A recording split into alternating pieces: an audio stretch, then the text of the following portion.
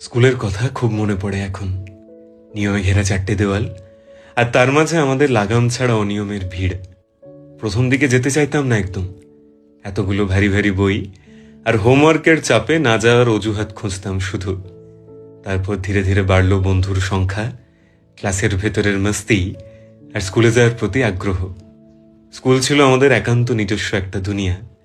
ভাগ করে নেওয়া টিফিন, খুব একটা পছন্দ না হওয়া টিচারের ক্লাসে বাধ্য হয়ে বসে থাকা, আর বন্ধুদের সাথে এক সমুদ্র গল্প। তবে একদম বুঝতে পারিনি যে স্কুল শেষ হতে হতে কিছু বন্ধু একেবারে শেষ হয়ে যাবে। স্কুল কলেজের শেষ দিনে প্রচুর প্ল্যান করেছিলাম আমরা।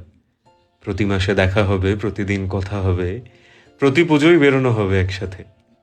হোয়াটসঅ্যাপে একটা গ্রুপ খোলা হয়েছিল, যেটাই আজ আর কোনো মেসেজ আসে না।